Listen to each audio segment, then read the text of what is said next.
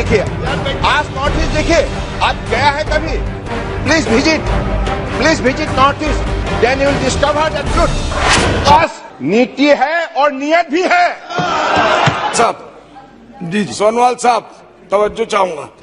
जी, ये हमारे बड़े भाई हैं या मैं इनका छोटा भाई हूँ। हम लोग दोनों जब भी मिलते हैं, लगते तो आप ही बड़े हैं वैसे जी। उनको तो कहना पड़ेगा सर, हमारे मिनिस्टर है, उनको हम थोड़ा नहीं लगाएंगे तो काम हमारा कैसे बनेगा? इतना तो करने का मौका विरोधी दलफ्रा मानो खामानिखौ माने नुवाखै बे बिथांमोननि पलिटिकल बे भाषण बियो, पलिटिकल डायलग बियो। दाना जोंनि खामानिखौ जुदि मावदों होननानै बुङोब्ला, दा बिथांमोना मावदों होननानै बुङोब्ला बा जोंखौ बाख्नायोब्ला बिथांमोना पलिटिकल माइनास जायो। जों दिनै धोनस्रि कन्स्टिटिउसननि सिङाव थानाय नैबे रौता डेभेलपमेन्टनि सिङाव MGM रेगानि 2023 आरो 24 मायथाइनि फाइनान्सियेल इयाराव जि सेंसन जानाय स्किम जोङो दिनै फुराबारि BCDC आरो लोगोसेयै पुरनि हाफागाव BCDC आव जोङो प्राय 10तासो स्किम जोङो बेखौ खामानि मावनो थाखाय मोनसे सेरेमनियाव जोङो ओपन खालामना होदों बा बेखेवना होदों आरो बेखेवनानै होनो मोननानै गोजोननाय मोनदों आरो जों आसा खालामदों थांनाय दिनफोराव जिहेतु जोङो रायजोनो गामिफोराव जि डेभेलपमेन्टनि थाखाय उन्नतिनि थाखाय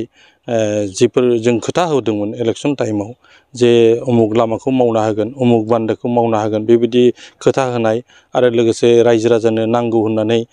गोनांथि जानाय बेयाव केनेल फोसाबनाय, लामा फोसाबनाय, बहाबा स्कुलाव बाउन्डारि वाल, लोगोसेयै हा खोना होनाय, बेफोरबायदिखौ जों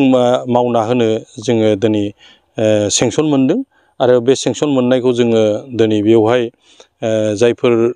बेयाव इउजार हिसाबै जायफ्रा खामानि मावनो थाखाय बिबान लादों बिथांमोननो जोङो बेखौ अफिसियेलि जोङो बेखेवना होबाय आरो बेखौ बेखेवनानै होनानै जों आसा खालामदों जे खम समनि गेजेरावनो बेफोर खामानिया कमप्लिट जागोन होननानै जोङो आसा खालामदों। दा बिटिआर ओनसोलाव बा बिटिआर हिसाबै जि 40टा जि समस्ति दं, 40 समस्ति दं आरो बे 40 समस्तिनि गेजेराव जोंहा नैबे धोनस्रिया 37 नं धोनस्रि समस्ति आरो बे 30 धोनस्रि समस्तियाव आङो सासे TLCC हिसाबै आरो जिहेतु बेवहाय जोंहा UPPL बा BJP जि जथाय हान्जानि जि सरकार, बे सरकाराव जोंहा बे समस्तिनिबो जोंहा MCLA गैया आरो बे MCLA जोंहा बिरोधी दलनि BPF हान्जानि आरो थेवबो आं बेखौ बाख्नायनांगोन, गोजोननाय होदों बिटिआर सरकारनिसिम। मानो होनना बुंबा जों दिनैबो बे 7 बोसोरिया होननाय फुराबारि गामियाव 15 फाइनेन्सनि टाइट मोनसे आसनिनि दारादि मोनसे मडेल इस्टिमेटनि माने पाब्लिक टयलेट्स जों बेखेवना होदों आरो बेजों लोगोसे प्राय 30तासो बेवहाय अलरेडि बेबायदि मडेल माने इस्टिमेटनि टयलेट्सफोर बेयाव जोङो मावनानै जों कमप्लिट खालामबाय आरो बेजों लोगोसे बेवहाय जोङो प्राय माने गुडविल मिशननि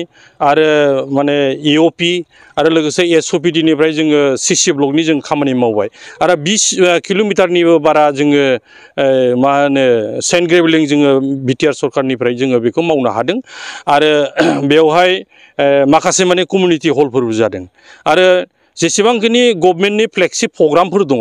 हमना ला जेनेबा अनसाय बिथांखि, गियान सोरां बिथांखि, सुपार 50 दा बेफोरबो जोंनि बेयावहाय माने मावफुंजागासिनो दं। बोसोरसेयाव जि 200 गियान सोरां बिथांखि स्टुडेन्टफोरनि थाखाय जि स्कलारशिप होनायनि उद्देश्यै बा सहाय होनायनि उद्देश्यै जि बिटिआर सरकारनिफ्राय होयो, जों बेखौबो बे बोसोरथामाव प्राय 600 जन मानसि स्टुडेन्टफोर जों होनो हादों आरो मोनसे गोजोनथाव खोथाया जाहैबाय खम समनि गेजेरावनो बे जोंनि समस्तिनि सिङाव दलापारा होननाय गामिया बे मिल्क मिशननि दारादि बे मिल्क भिलेज हिसाबै दा फोसावजानो थांगासिनो दं आरो मोनसे गोजोनथाव बाथ्राया जाहैबाय जोंहा बिटिआर सरकारनि दिनाव जोंहा नैबे बोसोरथामनि गेजेराव जोंहा बरिगाव BCDC आव मोनसे मा होनो बेखौ मडेल कलेज बे जानो थांगासिनो दं बे कमप्लिट माने जानोसो थांनाय 2000 माबायावनो बे 2021आव बे माने शुभारम्भ जादों आरो नैबे 2024 नि गेजेरावनो बेखौ प्राय जागोन होननानै जोङो आसा खालामदों degree college model degree college बे जानो थांगासिनो दं आरो सिगांनि बिपिएफनि दिनावथ' बेबायदि कलेज जों बेयाव नुफेरनो मोनाखै बेबायदि गिदिर गिदिर बिल्डिंफोरबो जानो नुवाखै दा बेयावहाय जोंनियाव जाय प्रथम माने दुलाराय बर' फरायसा आफादनि दैदेननायाव 1980 जि माने शहीद जाजेनदों सुजित नार्जारिनि मुङै दा मेम'रियेल मोनसे अडिट'रियाम हल बेयाव जानो थांगोन दा स्टेडियाम मिनि स्टेडियाम मोनसे जानो थांगासिनो दं बांबुर गोरानि मेम'रिनि नामाव मोनसे स्किल डेभेलपमेन्टनि मोनसे बेयाव इनस्टिटिउसन जानो थांगासिनो दं आरो मोनफ्रोमबो समस्तियाव दिनै माने बिसिडिसि हिसाबै जेसेबांखि बिसिडिसिफोर दङमोन बेफोर बिसिडिसिफोरखौ थांनाय माने बिपिएफनि दिनाव फ्राय लुवाखैमोन दा जोंनि दिनाव फ्राय लुफ्रुमजोबनायनि लामायाव दा थांनाय माने फाइनान्सियेल इयाराव जों दा बेखौ लुनानै मोननैसोखौ जों बेखेवनो हाबाय आरो माखासेया अन कनस्ट्राक्सन अनगयिं जागासिनो दं आरो मोनफ्रोमबो बिसिडिसिनि सिङाव नलेज सेन्टार मोनसे गायसननायनि मोनसे दा स्किम बानायदों बिटिआर सरकारनिफ्राय दा बेयाव जोंनाव मोनबा बेबायदि सेंसन जाबाय अलरेडि बेखौ जोङो बे साननैसोनि गेजेराव जों खामानि मावगोन आरो बेफोरनि अनगायैबो फिसा फिसौ माखासे बे एमजे एमरेगानि खामानिफोर दा बे एमजे एमरेगा खामानिफ्राबो सोलिबाय थादों दा बिरोधि दलफ्रा मानो खामानिखौ माने नुवाखै बियो बिथांमोननि पलिटिकेल बे भाषण बियो पलिटिकेल डायलग बियो दाना जोंनि खामानिखौ जुदि मावदों होननानै बुङोब्ला दा बिथांमोना मावदों होननानै बुङोब्ला बा जोंखौ बाख्नायोब्ला बिथांमोना पलिटिकेल माइनास जायो दा दिनैनि तारिखाव जोङो माने धोनस्रि समस्ति हिसाबै